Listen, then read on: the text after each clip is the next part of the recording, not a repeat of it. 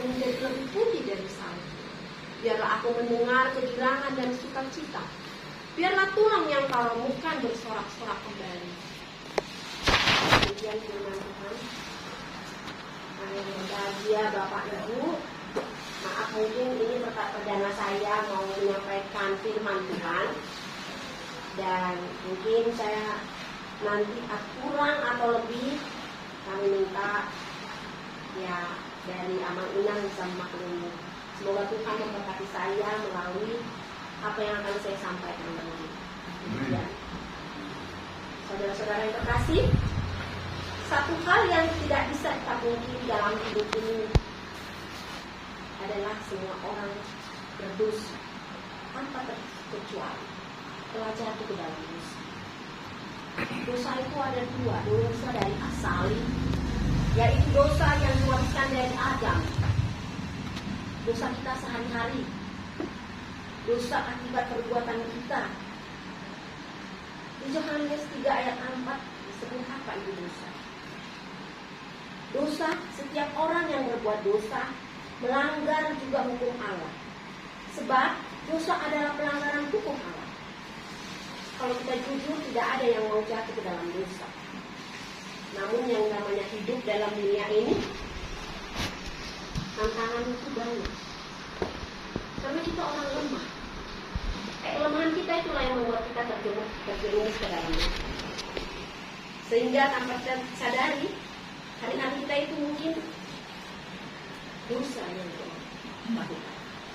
Firman Tuhan sebagai episode kita hari ini yang tertulis dari Mazmur 51 ayat 1-10 meminta pengakuan dosa oleh Raja Daud, dan dengan tema kita Allah menghendaki pertobatan kita.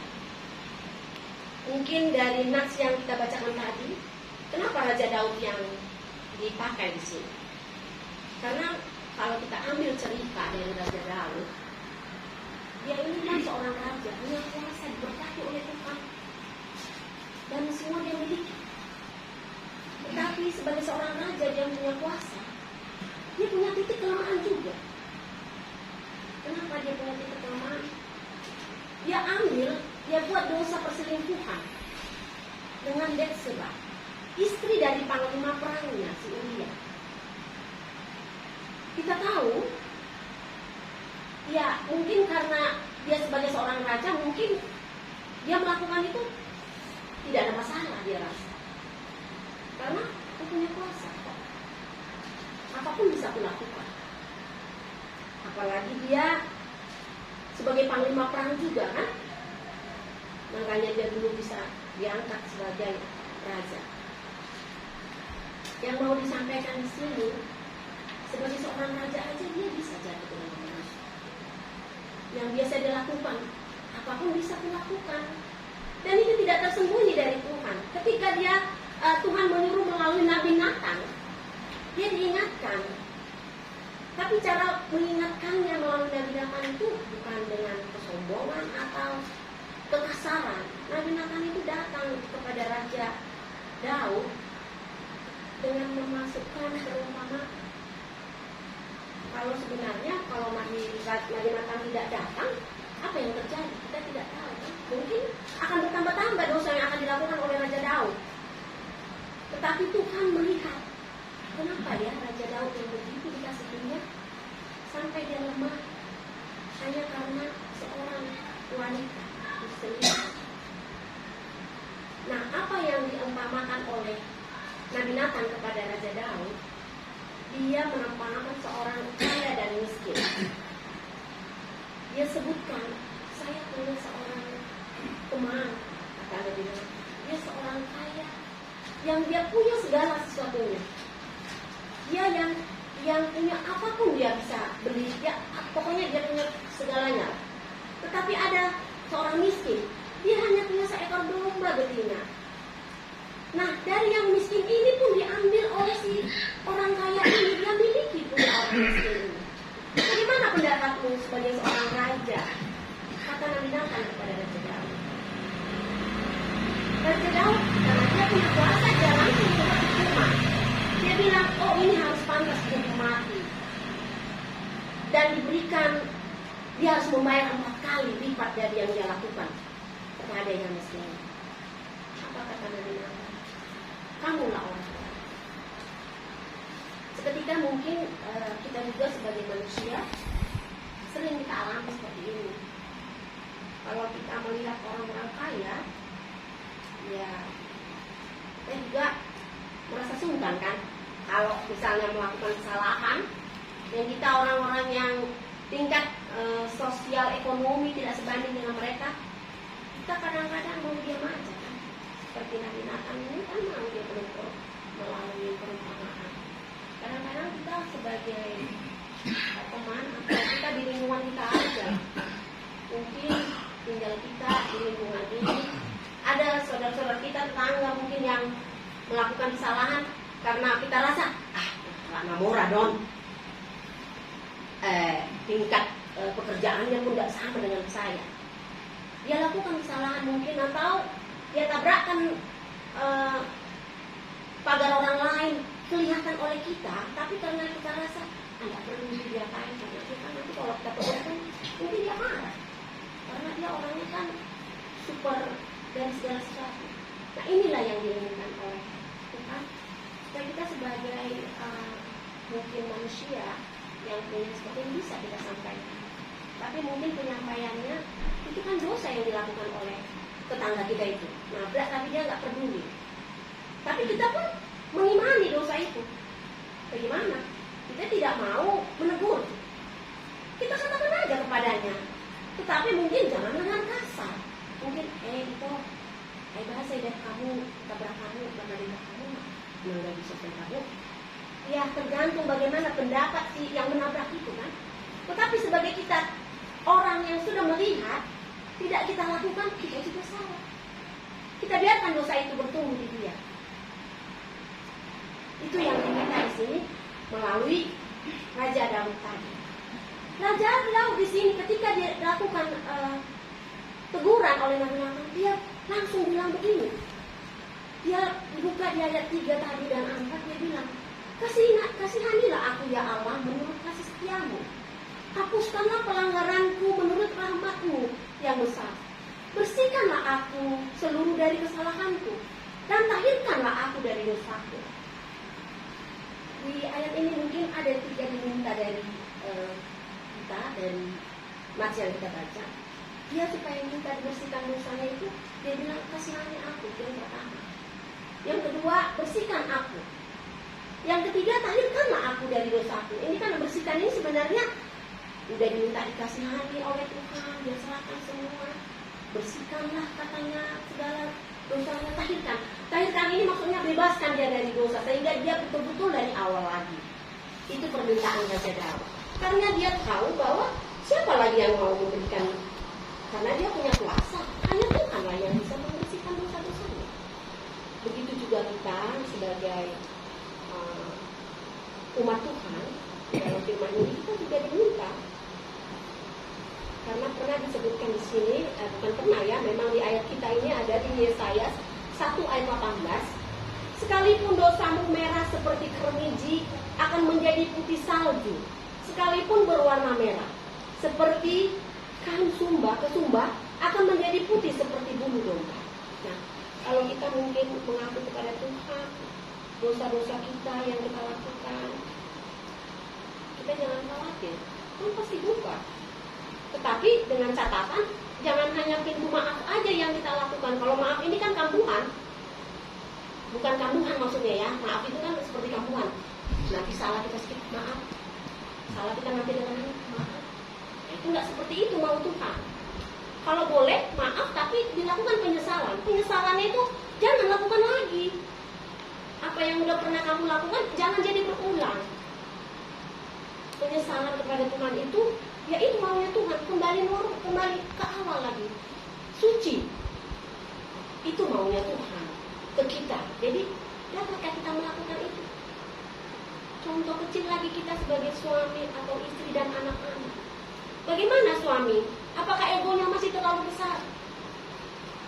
Seolah-olah dia kurang peduli terhadap keluarga, takut istri-istri kurang dana di rumah, sehingga merongrong suami. Itu dosa. Ketakutan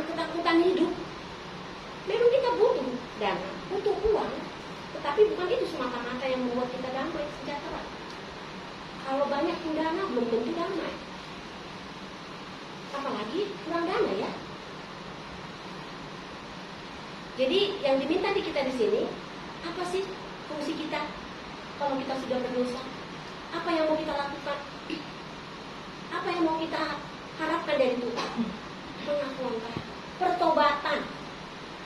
Jadi kalau kita ambil lagi dari ayat 1 Yohanes 1 ayat 9, dia bilang begini, jika kita mengaku dosa kita, maka ia adalah setia dan adil, sehingga ia akan mengampuni segala dosa kita dan menyucikan kita dari segala kejahatan.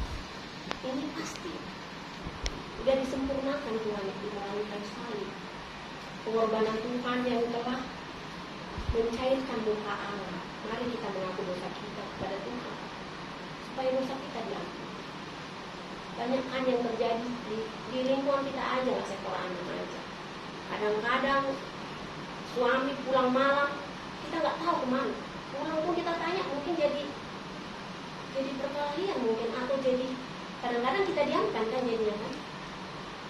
Nggak berani kita bertanya. Dan dia udah kok, ada mau ngomong tuh mah, kata suami kan. Itu ego suami. Akhirnya besok tidak mau bertemu sapa, yakin itu kan? Lebih bagus besok pulang dia malam, nggak mau lagi bersama.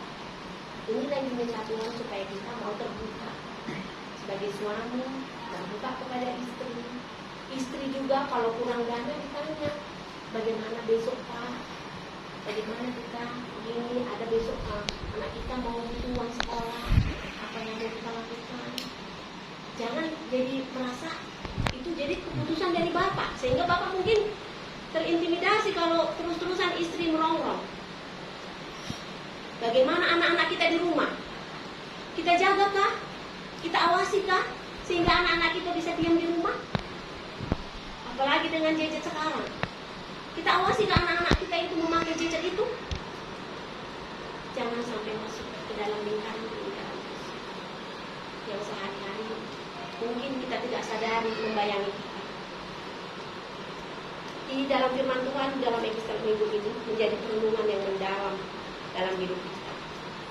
Janganlah kita melihat dosa-dosa yang sehari-hari kita lakukan sehingga tidak berkenan dosa. Jadi kita diminta di sini untuk amanah. Apa yang mau diminta di sini di ayat selanjutnya, karena dibilang di ayat 10, biarlah aku mendengar kegirangan dan sukacita. Biarlah tulang yang kau remukkan bersorak-sorak gembira. Nah, dia pastikan sama Tuhan kalau kita sudah diampuni dosa kita, tulang-tulang kita itu pun seperti bersorak-sorak gembira, kembali baru lagi.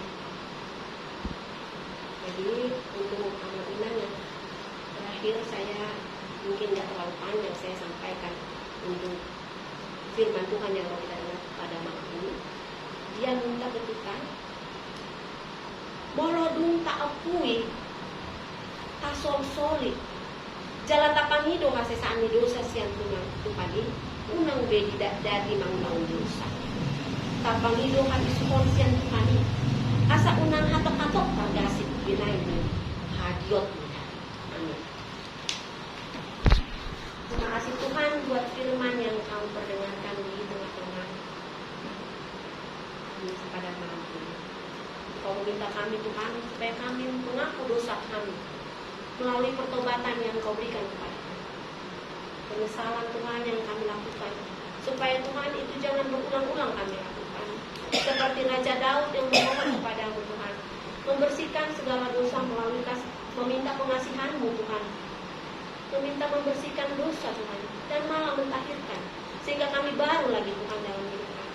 Biarlah ini kami renungkan Tuhan, supaya kami dapat bawa ke rumah kami masing-masing firman yang singkat ini Bapak, tetapi ini untuk memuji dan memuliakan nama-Mu saja.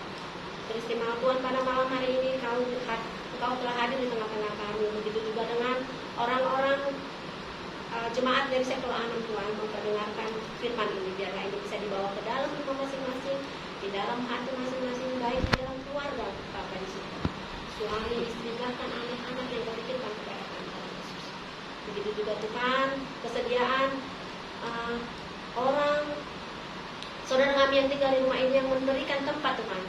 Dan Tuhan semakin memberikan berkat kepada mereka Tuhan melalui apa yang kami perdengarkan tadi. sehingga semakin damai sejahtera yang ada di tengah-tengah keluarga ini. Tuhan Yesus, begitu juga saudara-saudara kami yang belum hadir di tempat ini Bapak, biarlah Tuhan kami bawa ke dalam tangan penasihat Tuhan, sehingga di lain hari nanti Tuhan semakin bertambah kehadiran kami di tempat ini. Juga orang tua kami yang dalam keadaan sakit Tuhan, kami mohon dalam penasihat Tuhan, berkati segala obat sakit penyakitnya Tuhan, melalui obat yang kau berikan kepadanya, semakin kesehatan mereka Tuhan, dan semakin lebih baik lagi ke depan. Yesus, sebentar lagi Tuhan kami akan selesai dalam ibadah kami ini kami Tuhan Yesus, sampai juga nanti kami ibadah kami masing-masing. Dan kami Tuhan juga memberikan kesehatan Tuhan Yesus. Terima kasih Bapa, inilah doa yang kami naikkan hanya di dalam nama Nabi Kristus Juru Selamat kami yang hidup. Terima kasih Tuhan Yesus, haleluya, amin.